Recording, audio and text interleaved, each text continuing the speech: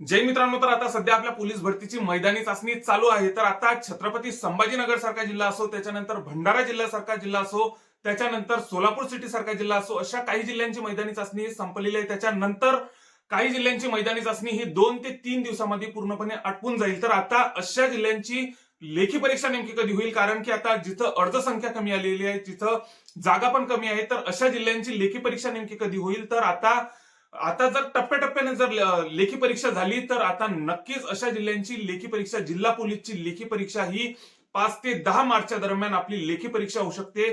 कारण की आता मोठमोठ्या आयुक्तालयाच्या ठिकाणं पण आता लवकरात लवकर ग्राउंड होत आहे. आता 16 तारखेपासून आपल्या पुणे सिटीचं ग्राउंड चालू होत आहे. त्याच्यानंतर मुंबईचं तर ग्राउंड चालू पण झालेलं आहे. तर अशा जिल्ह्यांची पण लवकरात लवकर आपले ग्राउंड हे आटोपण्यात येत आहे. तर आता अशा म्हणजे लहान जिल्ह्यांची लेखी परीक्षा ही 5 ते 10 मार्चच्या दरम्यान होऊ शकते. तर आता बऱ्यापैकी कमेंट मला मार्क्स बद्दल येत होत्या, की आम्हाला इतके इतके मार्क्स आहे, आम्हाला 34 मार्क आहे, आम्हाला 35 मार्क आहे, आम्हाला 36 मार्क आहे, तर आम्ही क्वालिफाय होऊ का, पेपरसाठी पात्र होऊ का.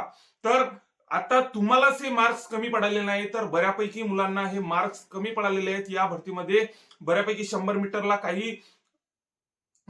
मीटरला बऱ्यापैकी मुलांना कमी मार्क्स येत आहे. तर अशा बऱ्यापैकी आता तुम्हालाच नाही हे, तर सर्व मुलांना हे मार्क्स कमी येत आहे. त्यामुळे घाबरून न जाता लेखी परीक्षेची तयारी ही जोमाने चालू ठेवा. कारण की लेखी परीक्षेमध्ये तुम्ही 90 प्लस 85 90 प्लसचा टार्गेट ठेवा, तर तुम्ही लिस्टमध्ये नक्कीच बसाल.